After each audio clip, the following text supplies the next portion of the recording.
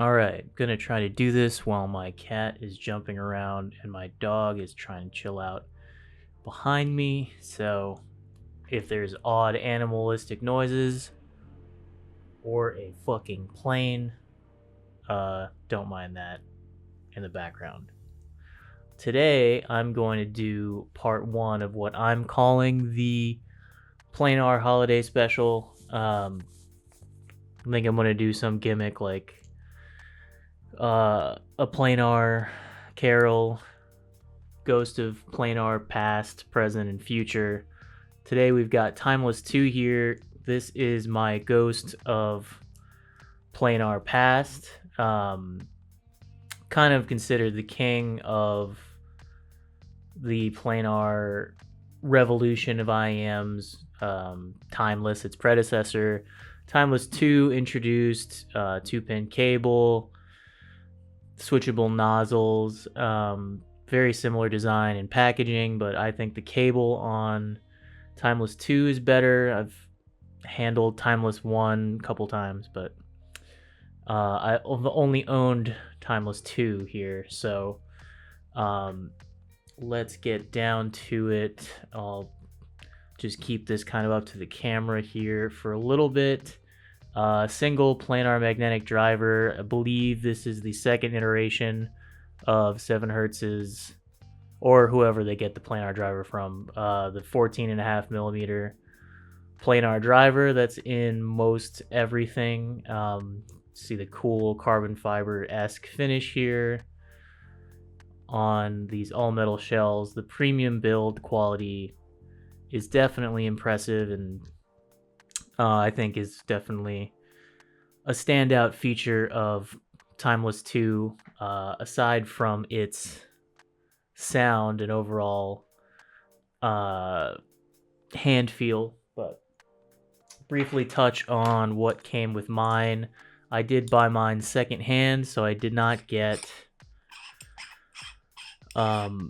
I was missing one of the nozzles, so I didn't really get to do much testing with the gold bullet nozzle, but it does have a modular cable. It came with a 3.5 mil, and I have the 4.4 plugged in. What else? It came with more tips than I think I could ever have asked for or counted. What did I do with the box? Got it over here. Timeless 2 by 7 Hertz. Pretty standard packaging. Box and a sleeve. What do we got? Let's pop this open real quick. I have the plethora of tips here that came with my unit, at least.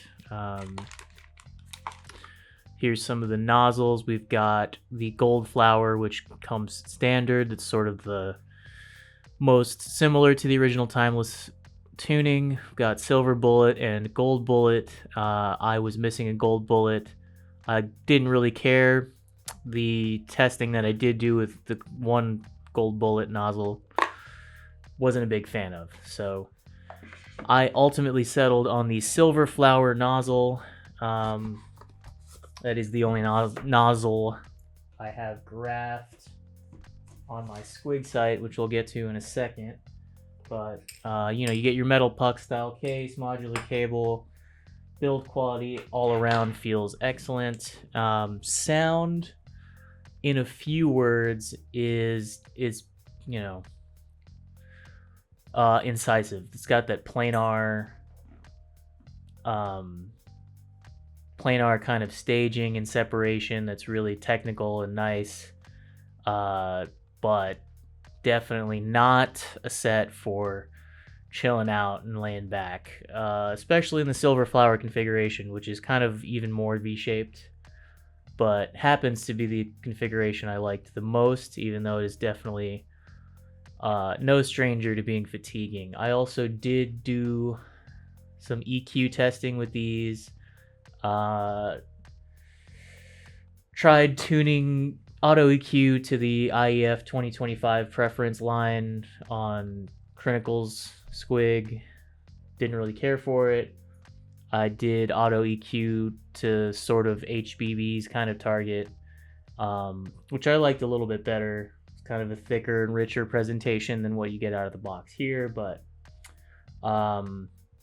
yeah, I think for extended daily use, I would have to EQ these because otherwise they're pretty intense, in a word. So I think when I'm gonna start talking about sound presentation, okay, with the power of editing, this will not look awful, but here I've got my graph pulled up of Timeless 2. I did do a series of measurements with different tips.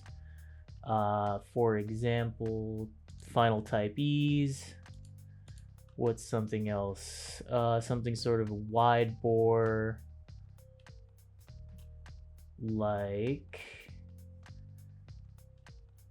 SpinFit CP1025, and maybe something like Divinous Velvet. You can kind of see not a whole lot of variation up until maybe about 1K. If we normalize to 1K, it sort of makes things a little more obvious here in that you can vary the treble response quite a bit with some tip rolling. Type E's probably are going to sound the airiest. In my experience, I spent a lot of time using the SpinFit CP1025s, Divinous Velvets, and some liquid silicone tips that I have around that would be probably in the range of Dunu S and S tips. So there we go, kind of in between here, the extremes here.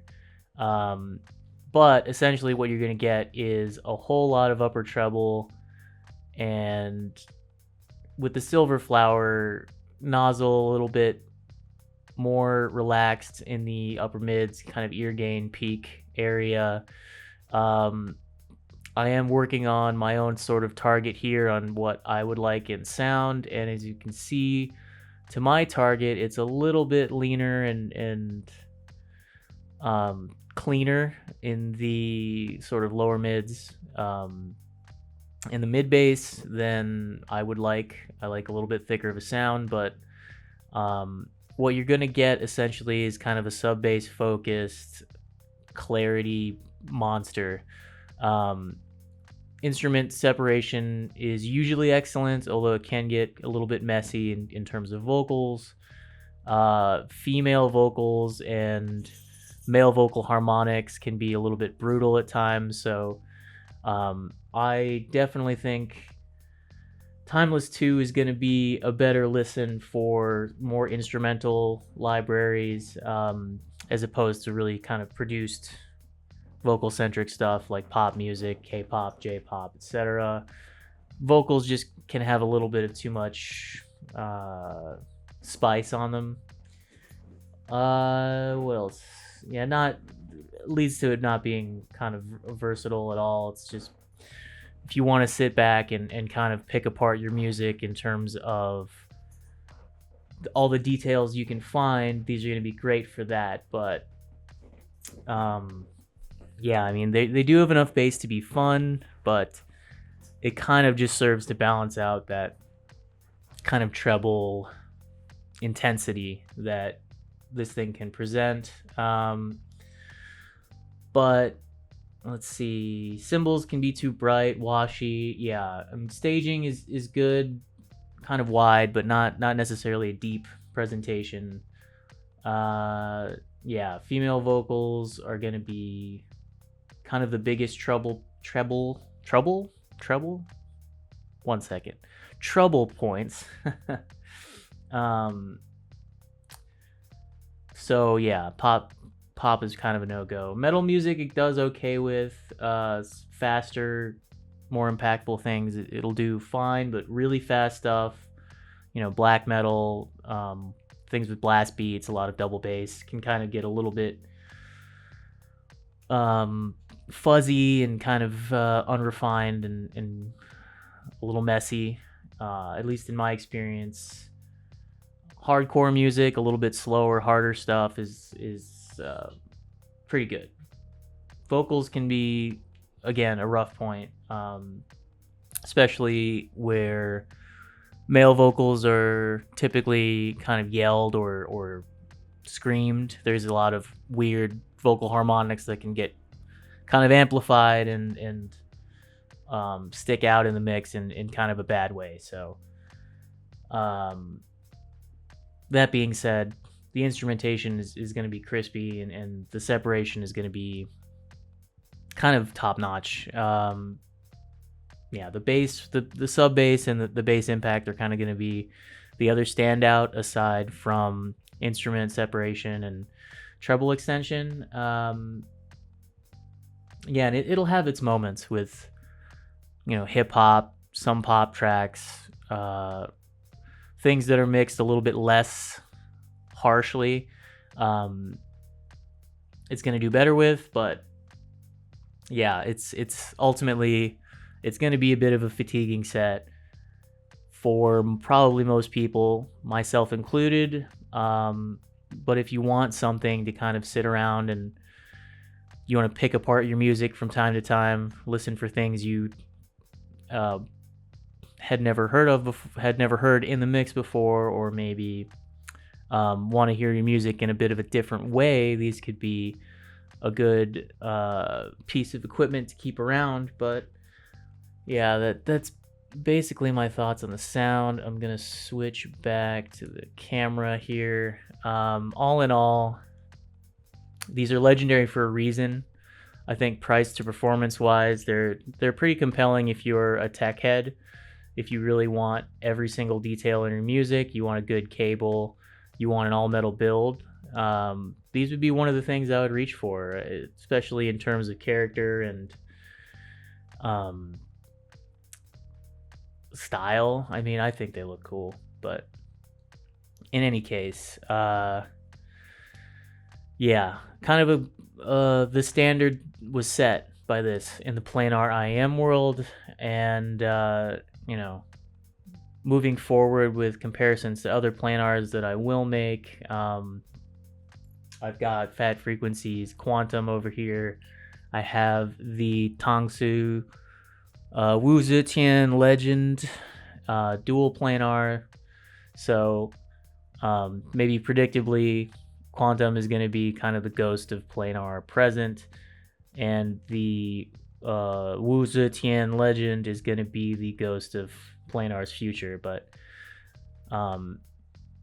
this is the king of the past, and honestly, Timeless and Timeless 2 are legendary for a reason. Not going to be for everybody, but it definitely offers something special. And if you have, an all-rounder in your collection to kind of daily drive, and you want something for when you're really feeling kind of analytical, or you want some more shine on some music and a different kind of delivery than you're going to get with most other things, I think Timeless 2 is a good thing to keep around. But yeah, I wouldn't rock this as my only IAM. It's just a little too sharp for me. But if you're half deaf, maybe that'll be good. In any case, I now have to do some editing because my OBS was messed up, so that sucks. But I'll get going on the other videos soon. You might see a video on this guy, the old head, C Audio Yume, but I'm unsure. I've got some other stuff coming in that I got on sale for $11.11. We shall see which of that ever gets covered or not. But yeah, for now, that was Timeless 2, mainly with the Silver Flower nozzle. There's plenty of other reviews if you want opinions with the standard Gold Flower nozzle or the Silver Bullet and the Gold Bullet, which Silver Bullet was alright too, but I just prefer the Silver Flower. In any case, that's going to be it for me at the moment, so peace.